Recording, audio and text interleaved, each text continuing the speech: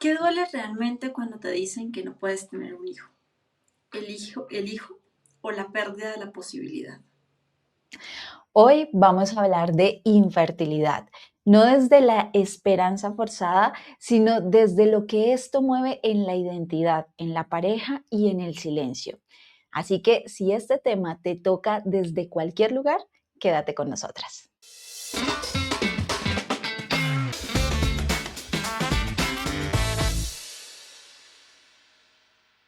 Este episodio tiene un propósito educativo e informativo. La información que compartiremos aquí no sustituye la valoración ni el acompañamiento de un profesional de la salud. Entendemos que cada cuerpo es distinto. Por eso, si tienes dudas o síntomas específicos, lo más adecuado es consultar con un especialista que pueda evaluar tu caso de forma personalizada. Esperamos que sea de tu agrado y te lleves algo valioso de este episodio. Para este tema tan importante tenemos una súper invitada. Ella es Raquel Gargallo. Ella es psicóloga especializada en infertilidad. Acompaña a mujeres y a parejas a sanar el impacto emocional en sus vidas y en su relación. Raquel, bienvenida divinamente, ¿cómo estás? Muy bien, encantada de estar con vosotras y con toda vuestra audiencia. Y aquí este ratito, pues para conversar y para hablar de este camino que, bueno, transita muchas mujeres, muchas parejas y muchas personas y que si ponemos un poquito de luz a todo lo que se vive, yo ya me daré por satisfecha porque es un abrazo y un alivio, o sea, que todo el mundo merece. Así es, Raquel, de verdad, muchas gracias. De hecho, lo hablábamos con Marce cuando se planteó este tema, porque dijimos, es un tema bastante interesante y que, digamos, en lo personal, y creo que pues por Marce también, digamos que en nuestros planes no está tener hijos, pero cuando tocamos el tema de infertilidad y dijimos como, ¿y qué pasaría si a pesar de que no queremos, nos llegasen a decir como, ok, ustedes son infértiles, no tienen la posibilidad de poder tener hijos? En esta parte, ¿qué pasa en una mujer que no quiere ser madre, pero aún así puede recibir este tipo de diagnóstico de infertilidad? ¿Por qué puede doler tanto algo que en teoría pues no estábamos deseando? Pues porque nos quita la capacidad de elección, o sea, porque nos quita la posibilidad de, y sí, ahora no, pero después sí. O sea, yo elijo que no y lo elijo yo, pero es que cuando me dicen que no puede ser por cualquier motivo, normalmente es un motivo de infertilidad, un momento, o sea, una situación física, muchas veces, pues, o de enfermedad, pues claro, muchas veces dices, ya no lo he elegido yo. Entonces me quitan esa autonomía. Esto muchas veces, o sea, pasa y yo vamos, lo trabajo así, ¿no? Vosotras me decís, oye, nosotros no está dentro de nuestros planes ser madres. Y claro, tampoco sabemos cómo reaccionaríamos si vamos a una revisión y nos dicen, oye, mira, ¿sabes que no te puedes quedar embarazada? Ahí inmediatamente, si tú cierras los ojos, te lo imaginas, nunca sabrás, o sea, porque no lo vives en el momento, ¿no? Pero dentro de ti hay como un pellizquito que dices, ¿cómo que no? O sea, algo dentro de nosotras se revela diciendo, ¿cómo que no? ¿Quién lo dice? ¿Mi cuerpo? O sea, entonces no lo digo yo. Porque si yo decido, tengo control absoluto. No, no quiero ser madre, no tal. Pero claro, ¿qué pasa? Que duele muchísimo cuando nos quitan esa posibilidad. Yo, por ejemplo, lo sé porque yo no es que quisiera ser madre toda la vida. Yo siempre digo, mi hermana lo tenía clarísimo, quería ser madre tal, de toda la vida. Yo no. A mí me daba igual. Hasta que decidí, ¿no? O sea, ser madre y tal, y tuve que transitar todo este camino y no lo soy, porque no pude serlo. Entonces sí que sé perfectamente lo que es que te da igual, que, bueno, pues no estaba dentro de nuestros planes y cuando te pones, wow, no puedes. Y también cuando te pones y no puedes, surge la gran culpabilidad, Mm. una emoción que nos persigue. O sea, en muchas facetas de nuestra vida, en muchos momentos, pero en esta te persigue también. Ahí te quiero preguntar, ¿esto también va ligado como al ego, o sea, al tema de decisión, como a la parte del ego y a la parte de la libertad? O sea, van muy anidados por lo que entiendo lo que nos estás diciendo. Van asociados, porque son diferentes partes de una misma. Entonces, sí que es verdad que cuando a ti te quitan la autonomía y el control, tú puedes controlar, decidir si quieres ser madre o no quieres ser madre. Y esto depende de ti. Pero cuando tú no puedes, es algo externo, es algo que te está impidiendo hacer algo que tú a veces igual no querías. Pero es que cuando alguien externo o algo externo nos dice si sí o si no, hay una defensa dentro de nosotros que es como que sale, ¿no? Es una parte defensiva que dices, ¿por qué? No, me siento en peligro porque no tengo el control. Esto nos pasa también en otras ocasiones, lo que pasa es que en esto es como muy primitivo, porque al final es también la idea de qué es ser madre. O sea, la idea asociada de mujer a poder concebir. Y aquí Mm. entonces, o sea, ya se van entremezclando, ¿no? Muchos pensamientos, muchas creencias a nivel cultural. Y claro, yo siempre lo digo, muchos nudos. Pero sí, claro que sí, está ligado a nuestra parte de ego, está ligado a esa autonomía, esa identidad, ese control, está ligado a todo esto. Tú hablabas sobre la parte de la culpabilidad y siento que las mujeres cargamos con la culpa constantemente, porque comimos, porque no comimos, porque somos mamás, porque somos solteras, porque la culpabilidad está en nuestro día a día. Pero como yo nunca me he presentado en esa situación, entonces quisiera como entender, uno racionalmente dice, pero pues no es culpa mía porque es mi cuerpo, cosas externas, o sea, no fue que yo lo decidiera de cierta manera, porque la culpabilidad llega, porque ese sentimiento de culpabilidad cuando sabemos que es algo que no está en nuestro control. ¿Por qué dudas de ti? Dudas de y si, qué hubiera pasado si yo hubiera decidido ser madre antes. ¿Qué hubiera pasado si yo a lo mejor me hubiera cuidado más? ¿Qué hubiera pasado si yo hubiera elegido otra pareja?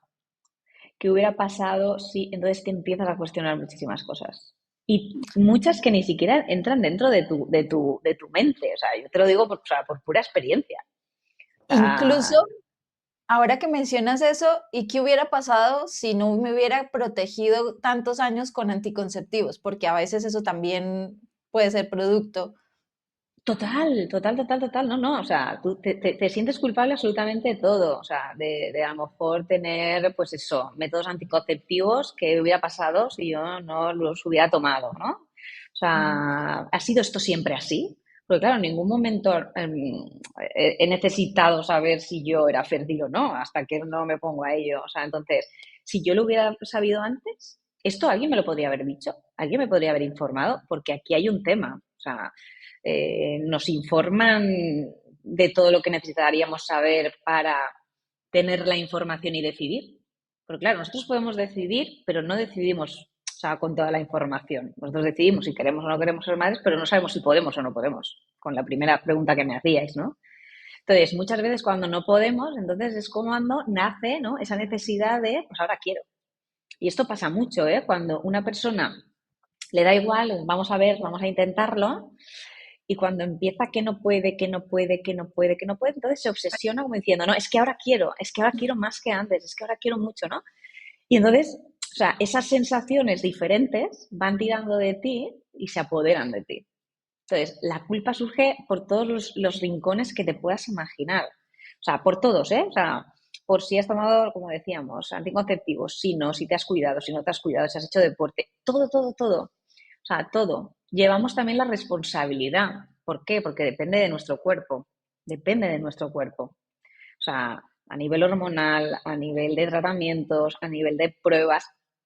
Pruebas se tienen que hacer las dos partes, ¿no? de la pareja. Pero al final todo recae sobre nosotras. Sí, total. Entonces, la máxima culpabilidad o responsabilidad nos la ponemos en los hombros. Y es muy... Ahorita, Dale, Vani. ahorita justamente que hablas de que la responsabilidad cae, digamos, en nosotras como mujeres, la mayor parte, porque igual como tú dices, hay exámenes que se tienen que practicar a los dos como pareja y a veces también es el hombre quien por diferentes circunstancias tampoco puede. o bueno, es lo que tengo entendido en esta parte, pero Sí. aquí ya cuando se habla de pareja, porque esto es algo importante también, esto no es algo solamente de la mujer, ni es algo que solamente este diagnóstico viva y tenga que pasarlo a la mujer, lo pasa la pareja como tal. Esto es un golpe para los dos. Y basado en esto, me gustaría preguntarte cómo este diagnóstico impacta como en esa autoestima de la relación de pareja y no solo a nivel individual, ¿cómo los afecta a los dos? Afecta a nivel individual y de forma muy diferente a cada uno, porque son individuos diferentes, pero también efectivamente la autoestima de la relación, porque al final empiezan a aparecer, yo lo llamo, muchas grietas. Porque al final es verdad que pruebas nos tenemos que hacer ambas partes y puede tener la dificultad uno u otro o los dos. Mm. Pero al final siempre hay medios y entonces la mujer es la persona que, o teniendo dificultad o no, se tiene que someter a los tratamientos. Entonces, por ahí es la responsabilidad, la culpa, ¿no? O sea, siempre tenemos como más carga. Pero sí que es verdad que cuando se empieza todo este camino, muchas veces todo el foco está en la mujer, independientemente de la dificultad de dónde venga, o sea, está en la mujer. ¿Y qué pasa? Que la mujer va a buscar a otras mujeres, la mujer va a hacerse pruebas ginecológicas, tal. Siempre se va a hacer más pruebas. ¿Por qué? Porque está así también el foco mediático y el foco social. Normalmente ellos sí se hacen 3 o 4 pruebas, se hacen las pruebas pertinentes y si ya hay que hacer más, pues entonces ya se ocupan ellos, ¿no? Pero esto, ¿cómo afecta a la relación? Pues afecta a la relación si nosotros no tenemos claro desde antes de empezar ese camino o desde antes de empezar a buscar y ya tener, esto no está llegando, no está siendo como nosotros nos imaginábamos, si no hay conversaciones importantes que hay que tener, o sea, afecta a la relación. Si no hablamos de cómo nos sentimos y cómo nos está impactando todo aquello que estamos viviendo, lo estamos intentando y no llega. Que hay presiones externas de familias, amigos, contexto, o sea, y nos presiona. Si no nos apoyamos el uno en el otro, lo vamos a vivir o sea, con muchísima soledad. Y entonces esa soledad individual va a romper y va a abrir Mm. grietas en la relación. Entonces, ¿qué pasa? Que en la autoestima, dependiendo también de la idea que teníamos como padres, como familia, como pareja, nos vamos a sentir menos, porque si uno mismo se compara con otros, una mujer se compara con otra, o un hombre se compara con otro de, pues mi amigo puede, mi amigo tiene, yo no puedo, yo no. La pareja también. La pareja yo siempre digo que es como una unidad. O sea, entonces, nosotros como pareja no podemos, nosotros como pareja tenemos dificultades, nosotros como pareja estamos sufriendo, porque ellos sí y nosotros no. Es igual, entonces esa autoestima queda muy tocada si no la cuidamos, si no la protegemos. Y muchas veces esto no lo sabemos hacer, porque hay un sufrimiento individual también. Y tenemos que saber acompañarnos y apoyarnos el uno en el otro. Esto, Y cómo podríamos cuidarnos de esa manera? Porque siento que hay muchas veces que queremos sacar a la pareja o a la persona de ese hoyo negro, por decirlo de alguna manera, en el que se encuentran y de pronto en ese proceso invalidamos emociones. Entonces, ¿cómo podemos hacer ese acompañamiento? ¿Cómo podemos cuidar esa plantita? Súper importante, Marce, lo que comentas, porque al final hay que cuidar a la plantita, pero primero hay que ver a la planta. Es decir, cada uno de nosotros va a vivir este proceso de forma diferente. O sea, cada uno de nosotros somos diferentes y entonces asumimos las emociones de una forma totalmente distinta. A lo mejor hay gente que es más práctica, hay gente que es mucho más emocional, hay gente que necesita estar como muy ocupada, hay gente que necesita mucha soledad o muchos mimos o mucho acompañamiento, mucho cariño. Entonces, claro, tenemos que conocer muy bien a nuestra pareja. ¿Cuál es el lenguaje del amor que necesita nuestra pareja para sentir que nosotros apoyamos y estamos ahí presentes? Porque esto es fundamental. Yo siempre digo, por mucho que a mí me digan te quiero, te quiero, te quiero, si a mí no me sirve y me sirven detalles, me sirve un abrazo, me sirve tal, yo tendré la sensación de que por mucho que me digas te quiero, no lo estoy sintiendo porque no hablamos el mismo lenguaje. Esto, por ejemplo, es muy importante a la hora de cuidarnos. ¿Cómo nos podemos cuidar? Escuchando. Es decir, primero preguntando cómo te sientes, cómo estás, cómo te afecta esto, ¿cómo lo sientes? estas preguntas que son como muy abiertas le dan la posibilidad a la otra persona de la pareja a hablar y a expresar. Oye, pues me siento triste, pues está siendo muy duro, pues esto no me lo imaginaba así, oye, pues bueno, pues ya lo intentaremos. Y aunque tú no lo sientas igual, tú escucha. O sea, solo escuchar, solo estar ahí al lado, solo escuchar bien, es decir, escuchar bien es no estar tú poniendo lavavajillas y que le preguntes y que te diga, ¿no? O sea, sentados en el sofá o en una cocina o en un momento íntimo de los dos, porque es una pregunta importante y lo que sienta la otra persona también va a ser importante, aunque tú no lo sientas igual. Bueno, pues no es para tanto, pues si no viene, pues no pasa nada. A ti eso te va a doler si te lo dice tu pareja, pero es como lo está sintiendo y a lo mejor muchas veces es la forma que tiene de reaccionar o de protegerse. Entonces, preguntar lo primero, ¿cómo estamos? Tener esos momentos nuestros, o sea, fundamental. Escuchar al otro con una escucha activa sin juicio, totalmente. Respetando cómo nos dice que lo está sintiendo y que le podamos también decir, oye, pues mira, yo no lo estoy viviendo como tú, pero entiendo que tú lo vivas así, yo a lo mejor necesito, oye, pues que en este momento pues nos demos como más cariño, tengamos más intimidad o más momentos de soledad y no quedemos a lo mejor tanto con amigos, por ejemplo. O pues mira, yo no lo estoy viviendo como tú, pero sí que es verdad que es como que necesito pues quedar con mis amigos o irme a jugar, a correr. Igual necesito hacer más cosas. Entonces, si nosotros hablamos, entenderemos lo que el otro necesita y no nos quedaremos, por ejemplo, en casa diciendo, ahora se ha ido a jugar con los amigos y es que a él no le importa esto. Mm. Y entonces nos dolerá y nos sentiremos solas. O a la inversa, ¿vale? Me da igual. Entonces, esto es muy importante, preguntar, escuchar, aceptar cómo se siente el otro y conocernos, porque es que si no, nos vamos a quedar con esas sensaciones de soledad, es que a él no le importa, es que igual no lo quiere tanto, y son formas de protegernos y de Sí, vivirlo. esas narrativas que a veces nos Mira gusta. que acá es muy cierto. Ok, perdón, que te iba a decir que es muy cierto y lo veo desde dos perspectivas y lo hablábamos incluso el tema de, bueno, a veces queremos que reaccionen como nosotros reaccionaríamos y es aprender a respetar de que esa persona tiene una forma totalmente distinta a mí, a cómo ve las cosas y cómo las transita. Entonces, esto que tú dices es muy chévere y que finalmente siento que es el éxito de toda relación y es la parte de la comunicación, tener esas conversaciones y poder hablar abiertamente, no desde lo que yo espero de la otra persona, sino de lo que yo estoy sintiendo y de cómo yo lo vivo y de lo que yo quisiera, o cómo me podría ayudar, más no de cómo quiero que esa persona viva lo que yo también estoy viviendo, porque creo que a veces caemos en eso. Sí, sí, caemos y además le exigimos a la otra persona que reaccione y que es que si tú no haces esto, entonces no lo estás sintiendo. Y muchas veces invalidamos las emociones del otro, justamente. No es que como no lo vives como yo, como no lloras, a ti no te duele tanto. Es que como no haces esto, entonces es que no te importa. Y a lo mejor la otra persona lo está pasando realmente mal y no sabe cómo expresarlo. Y tú tampoco le estás dando el espacio. Mm, Pero sí que es verdad que nos encontramos muchas veces con que si no lo viven como nosotros, entonces que no sirve, no nos sirve como lo está mm, viviendo, no sirve, no lo está pasando bien, no lo está pasando mal, no.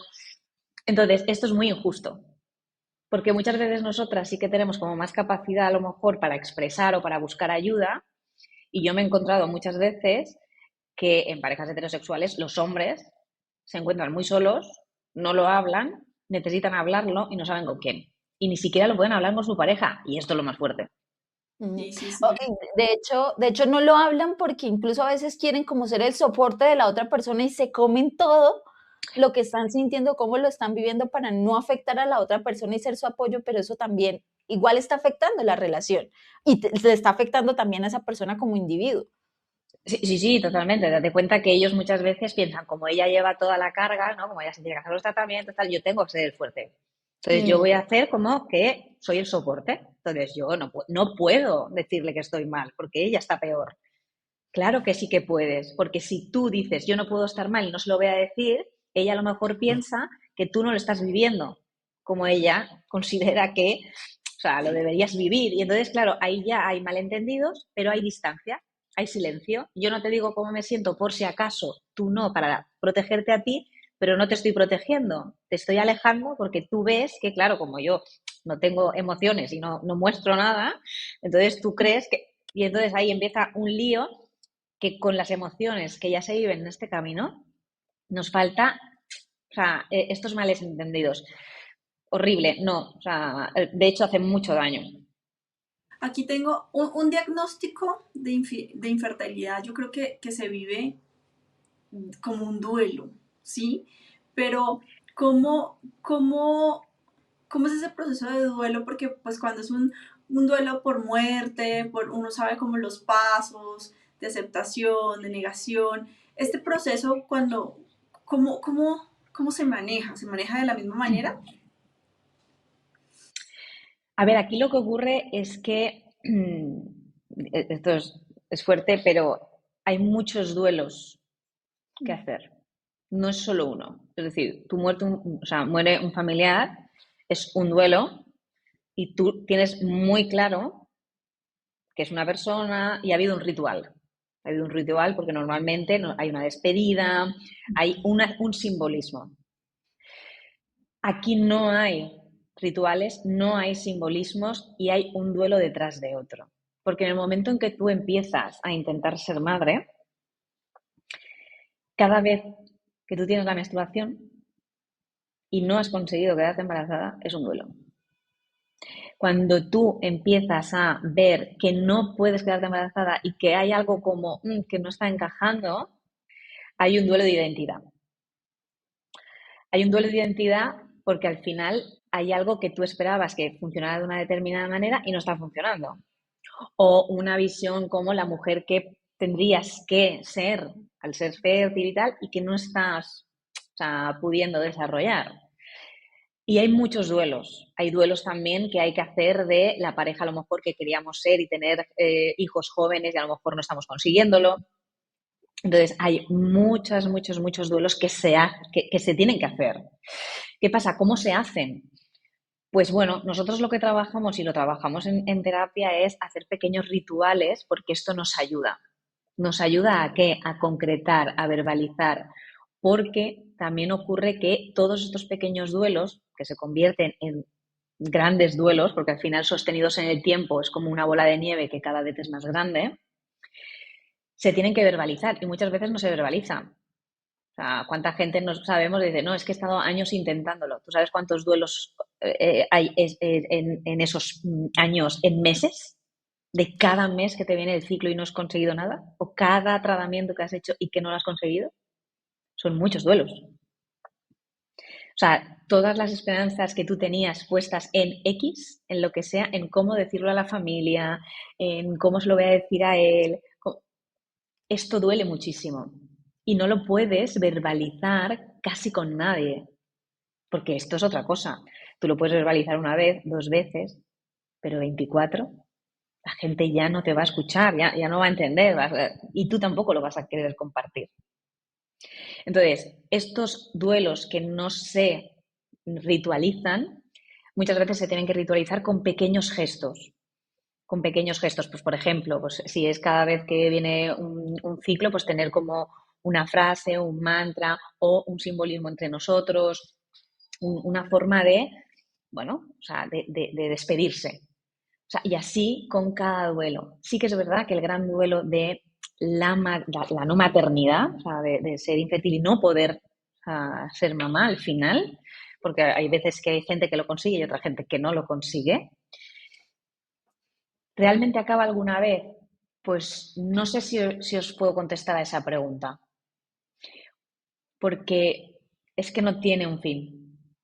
Se tiene que integrar en la vida, tienes que aceptar la situación y tienes que vivir con ella. Y esto todo es un trabajo. Bueno, justamente ahorita que estabas hablando de esta parte del duelo, primero que cuando estábamos mirando la pregunta yo decía, pues qué duelo puede tener un cierre, pero ahora como tú lo explicas, como el tema de hacer ese ritual, esa despedida, que no se tiene en este proceso como tal, es como que uno dice, ok, esa parte como que ya me resonó mucho porque ya entiendo como la diferencia de lo que puede ser en este proceso, en este diagnóstico y en un duelo como tradicional, por así decirlo. Ahora, mencionaste algo también muy valioso que quiero traer a colación cuando dices como, ok, cuando lo dice 2 veces está bien, cuando lo verbaliza, pero cuando ya son 24 veces o que todo el tiempo o quizás lo esté manifestando, puede ser que la otra persona, y ahí quiero que me corrijas porque siento yo que a veces como la crueldad humana de no saber qué está pasando con la otra persona es como, pero ya otra vez con lo mismo, o sea, ¿cuánto tiempo ha pasado? Y a veces quizás herimos con nuestras palabras de decirnos que ya, o sea, ya ese victimismo y eso, hablando desde la ignorancia, ¿no? Porque claramente pues uno no quisiera hacerlo, pero... Y uno cae. Fíjate, desde la ignorancia y gente que ha pasado por tu camino, lo que pasa es que ha conseguido tener el hijo, también te puede decir estas cosas. Y tú dices, madre mía, o sea, me lo puedo esperar de alguien que no ha pasado y que no lo sabe, pero de gente que lo ha pasado, ¿qué pasa? Que tanto uno como otro no quieren conectar con ese dolor. O sea, no quieren ni siquiera imaginárselo, porque es muy difícil. O sea, como humanos no queremos en situaciones difíciles conectar muchas veces. Y entonces, con toda la buena voluntad del mundo, por mucho daño que haga, o sea, las otras personas, en una ignorancia, pues te dicen frases como, bueno, pero no te preocupes, ya tendrás otra oportunidad, aún no eres joven, o puedes adoptar, o te estás obsesionando, relájate. O yo creo que esto te está haciendo mal. Hablarlo tanto te está haciendo mal y no sabes lo que la otra persona, o sea, si lo está expresando es porque necesita expresarlo. Así que como hemos dicho antes, lo escuchas y no hace falta ni que lo entiendas. Oye, sí, pues es verdad, tiene que ser duro, ¿no? Me estás diciendo y siento como que es muy duro para ti. ¿Puedo hacer o ayudarte en algo? O sea, y no dar, por ejemplo, que hay mucha gente que también da soluciones, ¿no? Es muy práctica. Oye, pues olvídate, pues Sí. no sé cuántos, pues tienes que hacer lo otro. O sea, no necesitamos que nos digan lo que tenemos que hacer. Vamos a probar absolutamente todo. O sea, porque cuando estás en ese camino vas a probar absolutamente todo. Y no necesito que tú me digas que me relaje cuando ya estoy intentando relajar y lo único que estoy consiguiendo es ponerme más nerviosa, tensarme. Pero bueno, son palabras y frases que duelen de los demás, que son con buena intención y lo sabemos, pero que en ese momento a veces nos parten en dos. Y es muy difícil que la otra persona se ponga en tu lugar y que tú pues no te duela lo que te digan por o sea, muy buenas intenciones que tengan. Pero bueno, si te podemos dar un consejo, o sea, cada vez que alguien te cuente que esté en este proceso, no hace falta decirle que se relaje, no hace falta decirle que es muy joven, no hace falta decirle que tendrá otra oportunidad o que puede adoptar o que se vive muy bien solo, sin tener hijos, que mira, yo tengo hijos y tú por lo menos puedes dormir. Eso no nos sirve. O sea, no nos ayuda absolutamente en nada. Lo que nos ayuda es que tú nos escuches, que puedas validar lo que estamos viviendo y que nos ofrezcas un abrazo o si puedo hacer algo por ti, aquí estoy. Y saber que puedo Raquel, contar contigo. no, sí, y ahorita que estamos mencionando todo esto, yo creo que viene un tema y una palabra que se llama burnout, ¿sí? Sí, ¿Cómo manejamos ese agotamiento? Porque no es solo lo que las personas de afuera nos están diciendo para tratar de subirnos el ánimo, son los exámenes, son la carga emocional, es mi pareja, o sea, creo que eso agota muchísimo en todos los frentes. ¿Cómo lo manejamos? ¿Cómo lo gestionamos? totalmente. Primero, que seamos conscientes de que podemos llegar a ese agotamiento emocional y físico, Mi incluso, físico. ¿no? De tratamientos, o sea, de todo, porque al final, o sea, no solo son los tratamientos, no solo son las hormonas, no solo son las pruebas, no solo son las analíticas, es que tienes que comer de una determinada manera, es que te tienes que mover y hacer ejercicio, es que tienes que evitar ciertas cosas, es que para no ponerte enferma tienes que dejar de hacer planes, es que para no compararte y no sentir la presión de que otros amigos pues tienen otra vida o sí que se quedan embarazados, entonces evitas irte de planes sociales. Y entonces muchas veces estás bajo una presión inmensa, o sea, provocada principalmente por ti, porque también tengo que decir una cosa. Hay muchas personas que transitan este camino que son extremadamente exigentes consigo mismas. Y entonces hay una exigencia tan extrema y cada vez a más, es decir, cuando tú no lo consigues, tú te aprietas más, es decir, voy a mejorar más incluso lo que como, voy a hacer más ejercicio, voy a no salir, Y esto te paraliza de hacer tanto, es parálisis por análisis. O sea, porque encima quieres saber, quieres averiguar y qué te pasa y vas a un médico y vas a otro, vas a hacer absolutamente todo lo que se te ocurra, tú lo vas a hacer. Todo aquel que te diga que hay una posibilidad de que tú te quedes embarazada haciendo X, la vas a hacer, la vas a probar, vas a ir. Y no hay fin, porque tú no quieres abandonar esa idea y tú lo quieres es luchar y absolutamente hacer todo lo posible. ¿Qué pasa? Que esto requiere una carga física, emocional y económica. Que esto, o sea, es indispensable tocarlo, económica. Y hay gente que se endeuda, hay gente que tal, y es como todo presión y presión y presión, y entonces aparece un burnout que dices, estoy agotada y no me voy a permitir agotarme. Y entonces eso ya, o sea, es muchísimo más.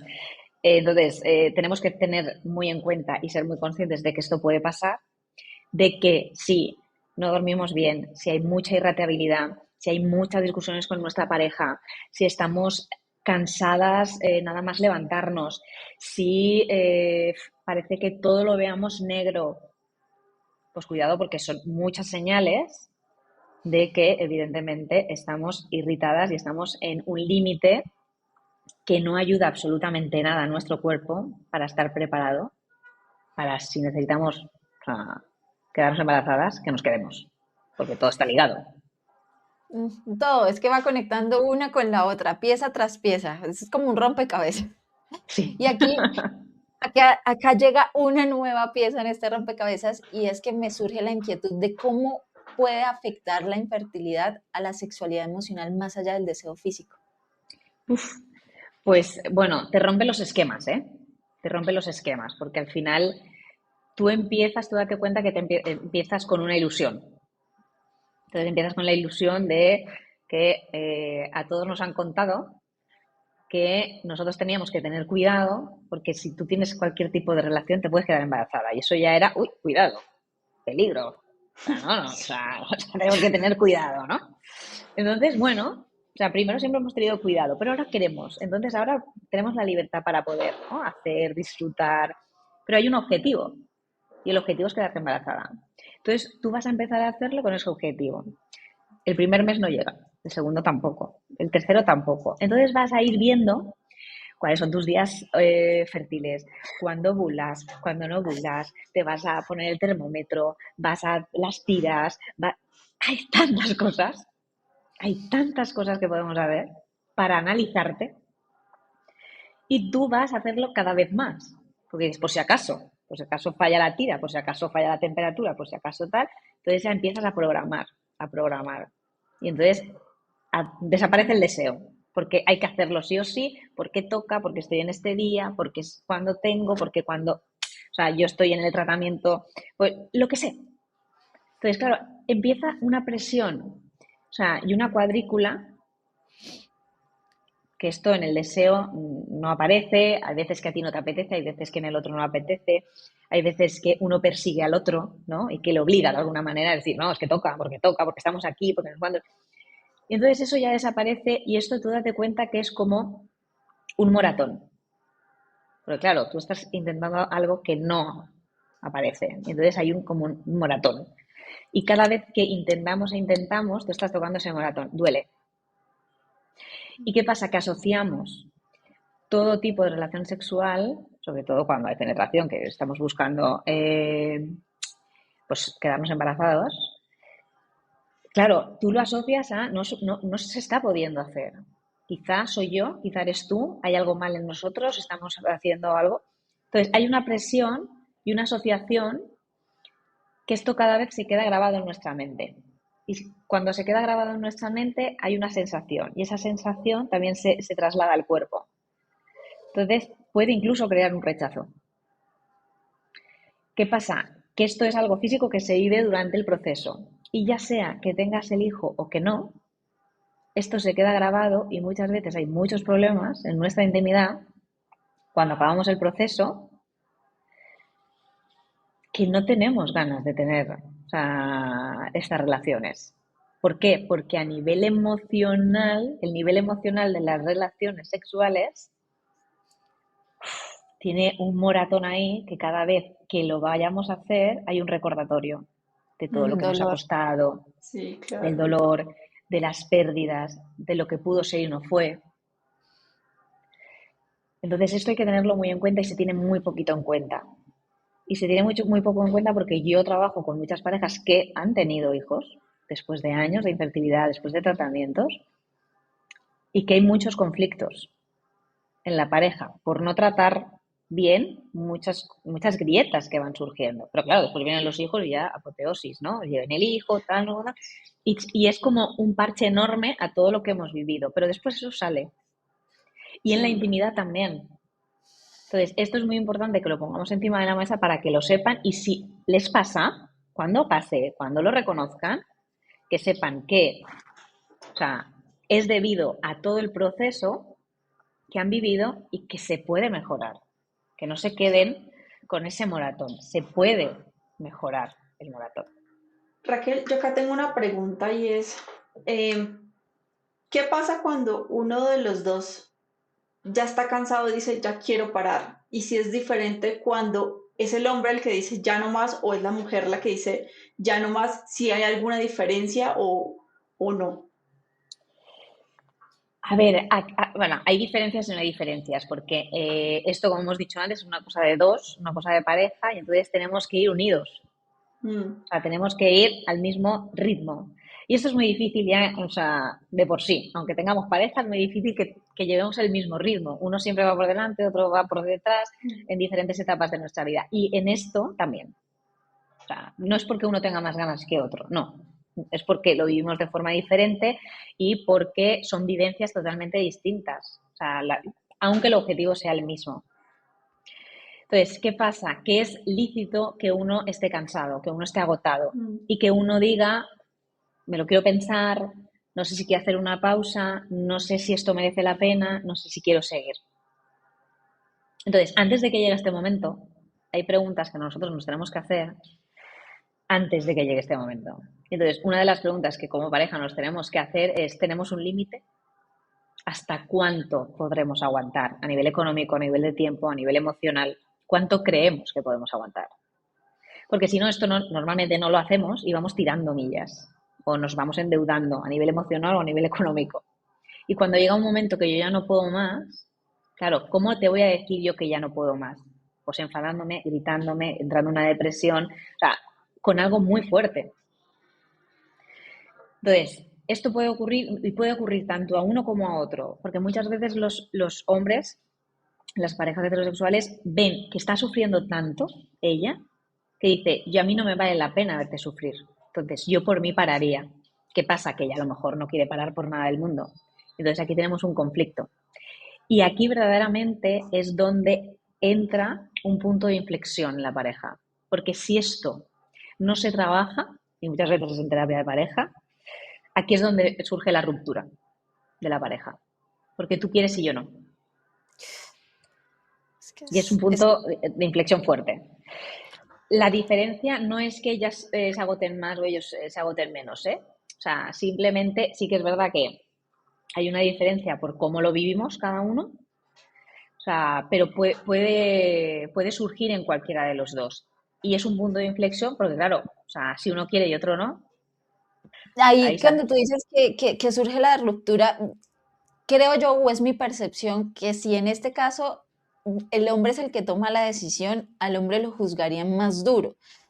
O sea, porque es que, no sé, me imagino en el escenario, están intentando, no puede, la frustración, lo que tú dices, lo que explicaste del tema de las relaciones y ese murado, la frustración de tener relaciones y recordar que no se puede, cómo eso va dañando la relación, cómo los va alejando por no poder hablarlo, y que de pronto llegue un punto en el que el hombre diga como, yo ya no aguanto esta situación y decir, no más, no quiero seguir más así y como dar un paso al costado, creo yo que es más propenso a que juzguen al hombre porque como la mujer es la que está viviendo este proceso, pero también no se entiende que el hombre también está viviendo ese rechazo por parte de su pareja. Claro, aquí lo que pasa es que entra mucho el juicio y el juicio externo. sea, Ajá. de que entendemos que la mujer, por ejemplo, si lo dice, pues es su cuerpo, o sea, tiene como mucho más peso y entonces a lo mejor es más lícito y si lo dice el hombre, pues a lo mejor es más egoísta, ¿no? Porque, bueno, cada uno lo puede juzgar de diferente manera. Sí, se puede Sí. juzgar, pero los dos pueden llegar a este punto. Y si los dos no llegan al mismo punto a la vez, que no suele darse, porque esto puede pasar cuando una pareja decide paramos y ya no lo volvemos a intentar o ya tenemos que hacer el duelo de cerrar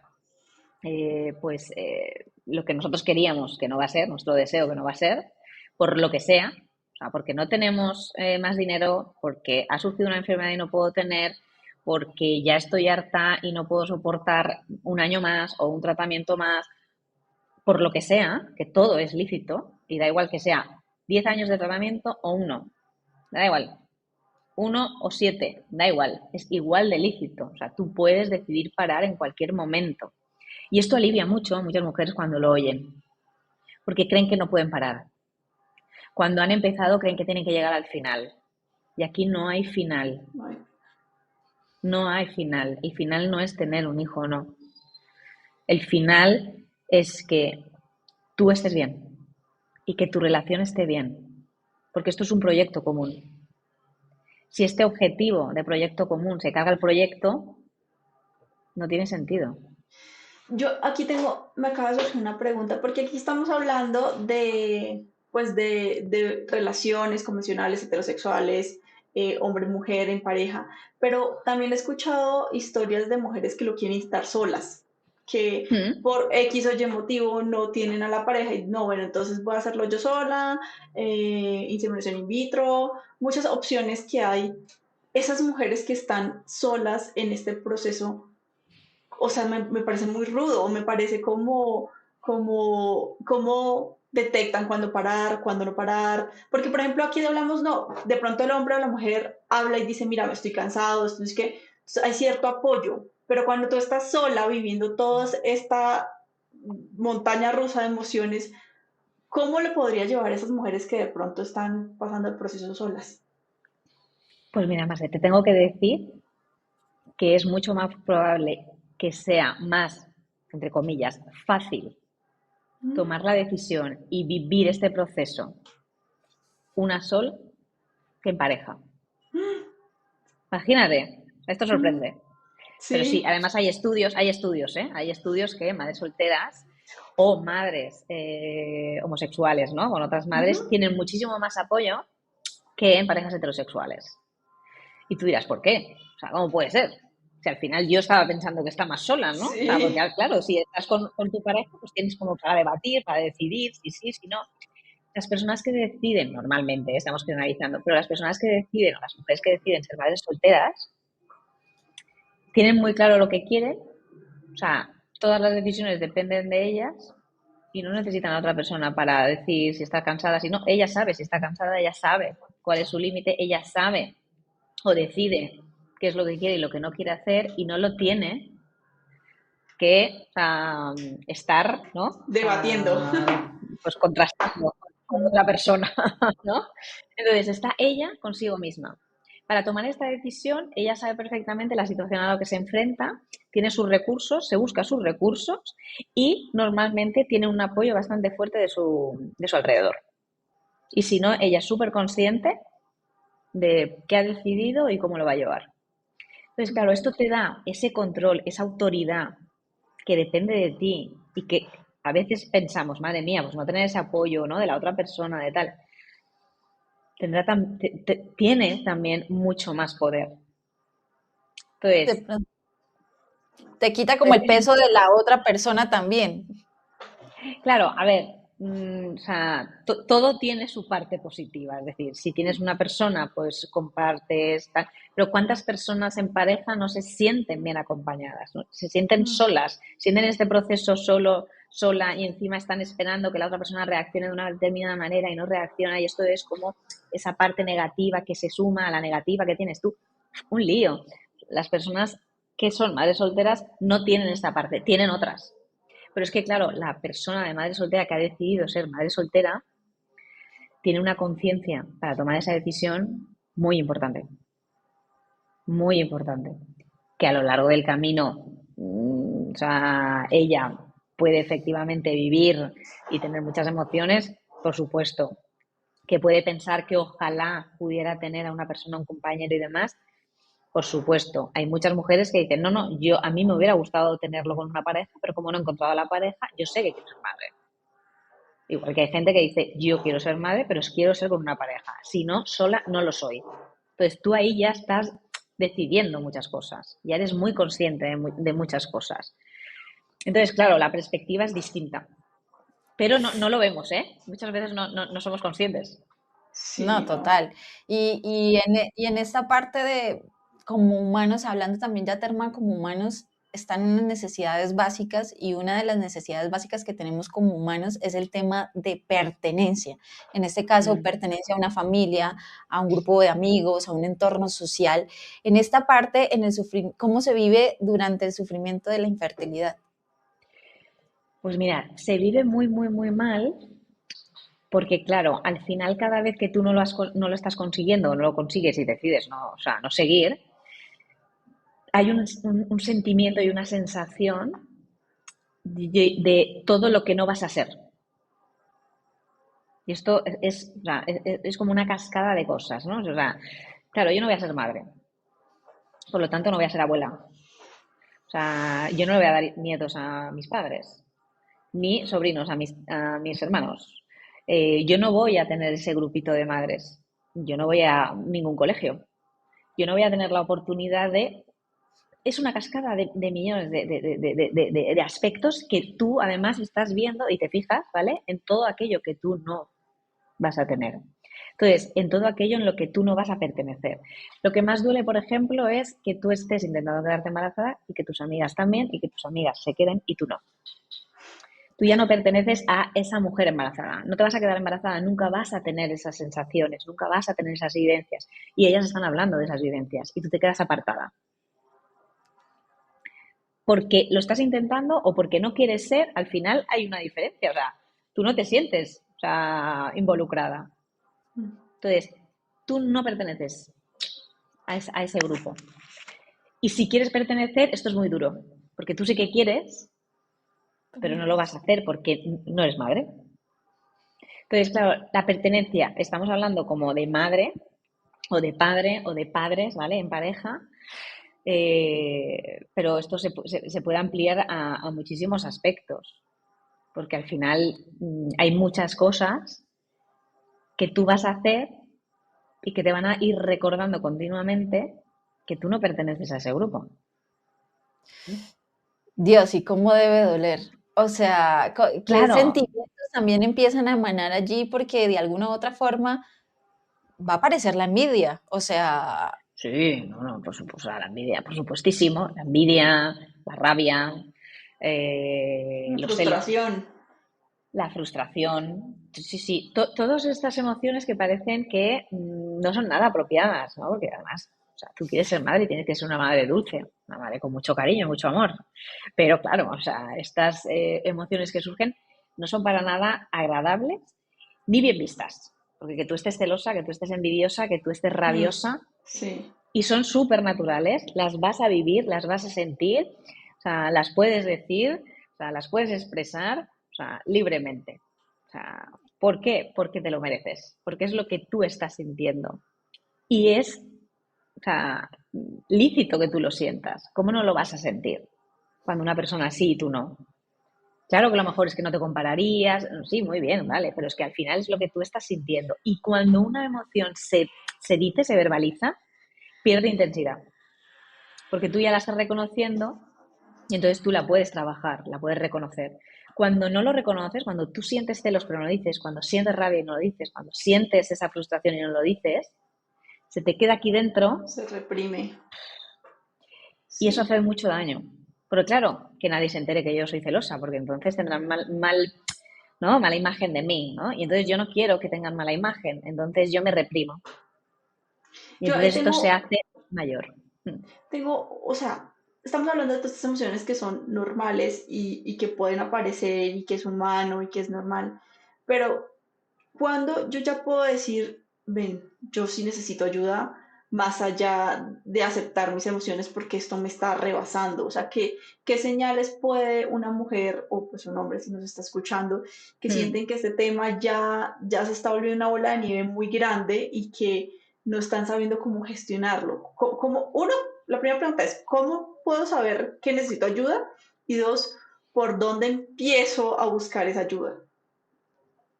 Vale, muchas veces creemos que tenemos que estar muy mal o tenemos que ver Mm, muchas alarmas, ¿no? O alertas rojas para buscar sí. ayuda. Y muchas veces hay que buscar ayuda para saber prevenir o entender, o sea, cómo siento, cómo estoy llevando o cómo puedo llevar mucho mejor una situación que ya va a ser de alto estrés y de que me va a enfrentar a situaciones, sensaciones y emociones que para mí son totalmente desconocidas porque nunca he pasado por ahí. Esto es un camino y ese camino es desconocido.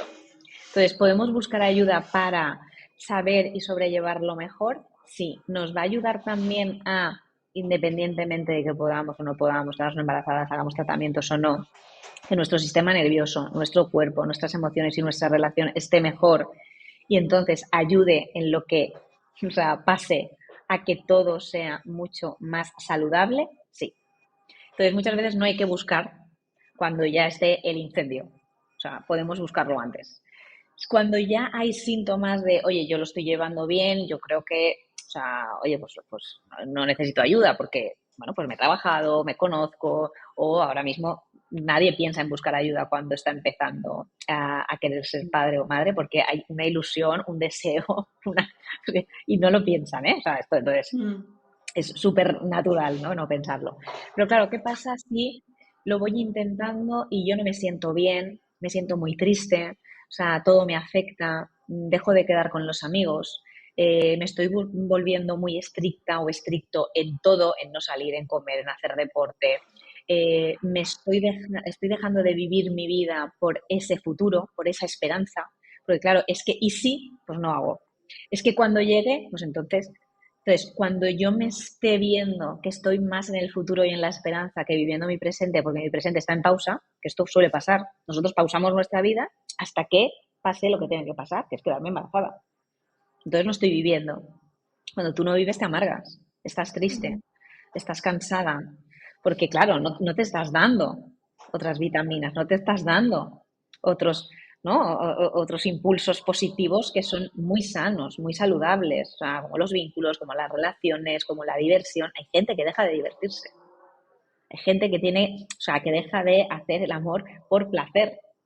O sea, claro que tú dices, es una locura, pero pasa. Entonces, cuando tú veas que hay conflictos, hay irritabilidad, las emociones te desbordan, da igual, o sea, ya sea de la rabia que explotas, ya sea que no te pueden decir hola porque es que te pones a llorar, o sea, cuando no duermes, cuando estás obsesionada, cuando tus pensamientos son rumiativos acerca de absolutamente, única y exclusivamente este tema, ahí sí o sí sería conveniente buscar ayuda. Sería conveniente buscar ayuda. ¿Y cómo la vamos a buscar? Podemos buscar a una persona que sea psicóloga, una terapeuta, podemos buscar muchas alternativas, porque además a cada uno le va a venir bien unas cosas u otras, ¿eh? Porque hay muchas alternativas.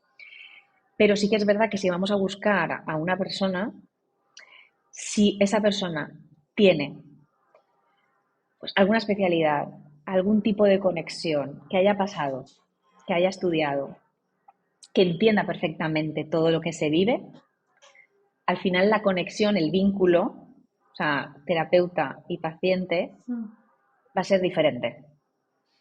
Y el vínculo ya es sanador, porque tú necesitas ver en los ojos del otro que absolutamente no te va a juzgar, te va a entender y a veces sin que tú le digas nada.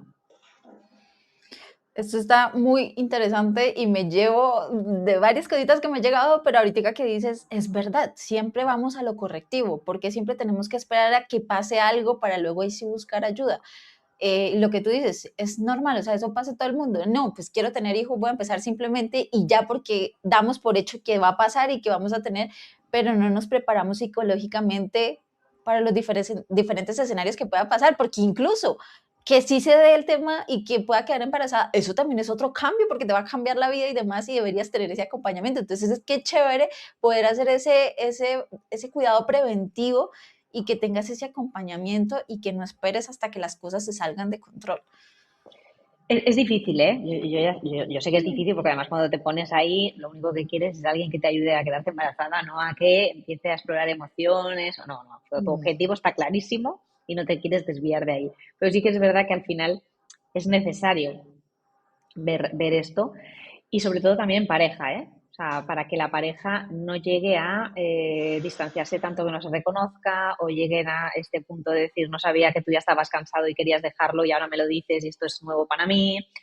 Y sobre todo también para tener esas conversaciones incómodas que normalmente no tenemos antes, ¿no? ¿Hasta cuánto estamos dispuestos? ¿Qué pasaría si sucediese esto? O sea, ¿cómo quieres vivirlo tú? ¿Lo decimos o no lo decimos? ¿No? ¿Lo compartimos? ¿Con quién lo compartimos? Que esto también es muy importante, ¿no? Hay gente que uno de un miembro de la pareja lo quiere decir a todo el mundo, lo están intentando y otro no quiero decírselo a nadie. Entonces, ¿lo digo o no lo digo? O sea, Me suena o sea, en este proceso es muy importante la terapia en pareja y la terapia individual o solamente la pareja. o sea, es importante ambas. Porque esto también, y esto es muy importante, que si nosotros trabajamos, o sea, durante, antes, previo, o sea, como trabajemos tanto a nivel individual como de pareja, nosotros también ese cambio posible, que ya sea con hijos o sin hijos, porque al final cuando no se decide con hijos, o sea, cuando uno decide parar y no tener hijos, es un cambio también de propósito de vida Mm. y hay que adaptarse. Y cuando se tiene hijos también, o sea, hay que adaptarse, es otra nueva vida, otra nueva etapa. Entonces, todo lo que trabajemos nos va a ayudar como pareja, como relación y a nivel individual a transitar todo lo que venga. Entonces, es importante ambas. Yo, por ejemplo, trabajo y cuando vienen en terapia de pareja, yo hago tanto sesiones individuales de pareja como a nivel individual, pero voy intercalando. Y entonces vamos Mm. paralelamente trabajando todo, para que no digas, no, no, yo tengo mi espacio individual, yo tengo mi espacio individual y después ya otro conjunto. Y a lo mejor son demasiados, ¿no? Que dices, pero si es que está todo interconectado. Claro que está todo interconectado. Y cada uno también hay muchas cosas a nivel individual que nosotros tenemos que abordar. Todo como algo que me pase a mí, no.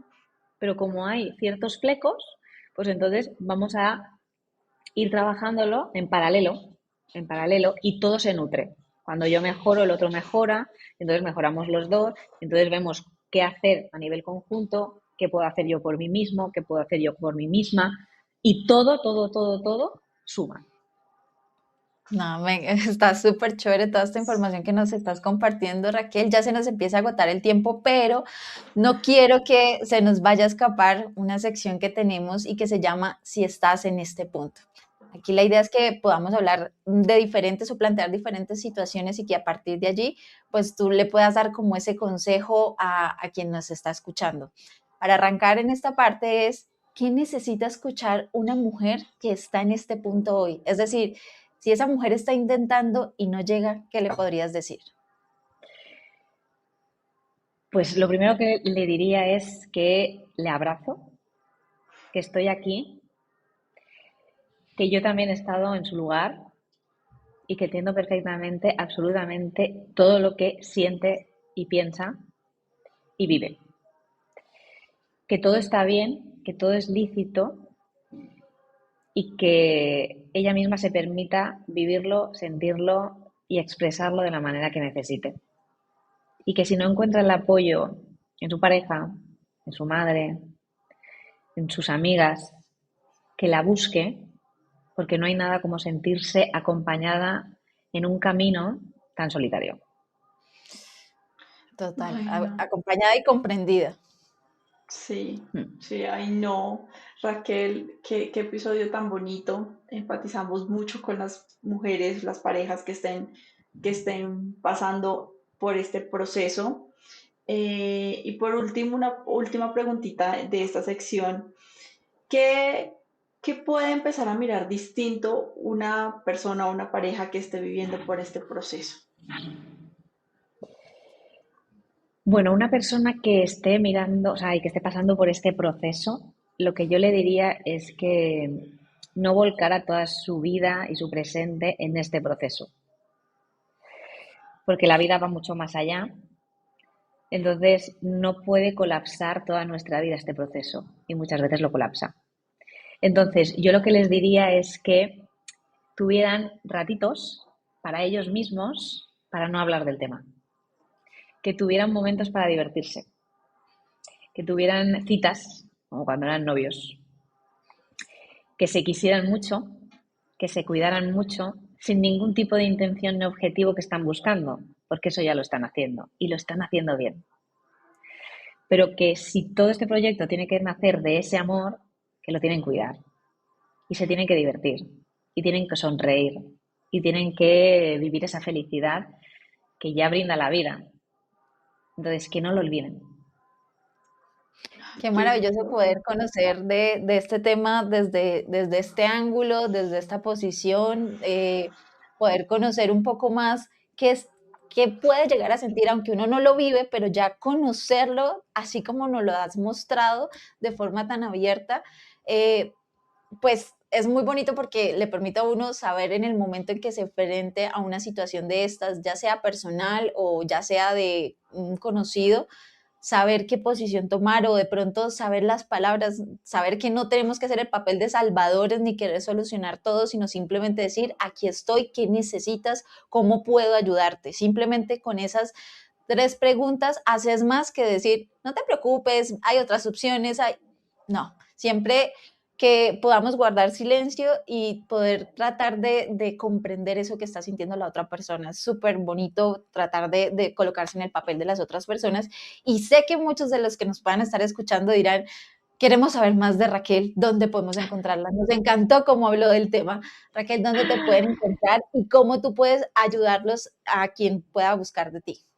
Sí, pues me pueden buscar en la web www.raquelgargallo.com. Ahí está toda la información y hay muchos artículos también en el blog que hablo de diferentes temas y con los que se pueden sentir identificados, pueden encontrar tips y herramientas. Entonces ahí pueden encontrar muchísimas cosas. Tengo también algunos ebooks para la pareja, sobre todo, para saber, ¿no? O sea, qué trabajar y qué ver. También me pueden encontrar en Instagram, Raquel-Gargallo, o sea, y ahí también, o sea, pueden contactar conmigo. Y si necesitan, o sea, escribirme, les ha gustado también el episodio y quieren preguntarme cualquier cosa, estoy abierta, por supuesto, a darles ese abrazo, a escucharles y a responderles. Y lo pueden hacer en hola@raquelgargallo.com. Así que, bueno, yo un placer, encantada. Y por supuesto, o sea, mis casas están abiertas para todas aquellas mujeres, parejas y hombres que quieran compartir su vivencia, que quieran preguntarme y que quieran consultar absolutamente cualquier cosa relacionada con este tema. Raquel, muchísimas, muchísimas gracias por estar aquí con nosotras, muchísimas gracias por brindarnos esta información tan valiosa, por tu disposición, por tu conocimiento, por tu buena energía. Y ustedes que nos están escuchando en casita, si saben de alguna persona que les puede servir este contenido, compártanlo, suscríbanse, escúchenlo con calma, devuélvanse. Recuerden que Divinamente es un espacio también donde las conversaciones difíciles también tienen lugar. Así que muchísimas gracias a todos y nos vemos en el próximo capítulo. Hasta la próxima, chao, chao. Chao.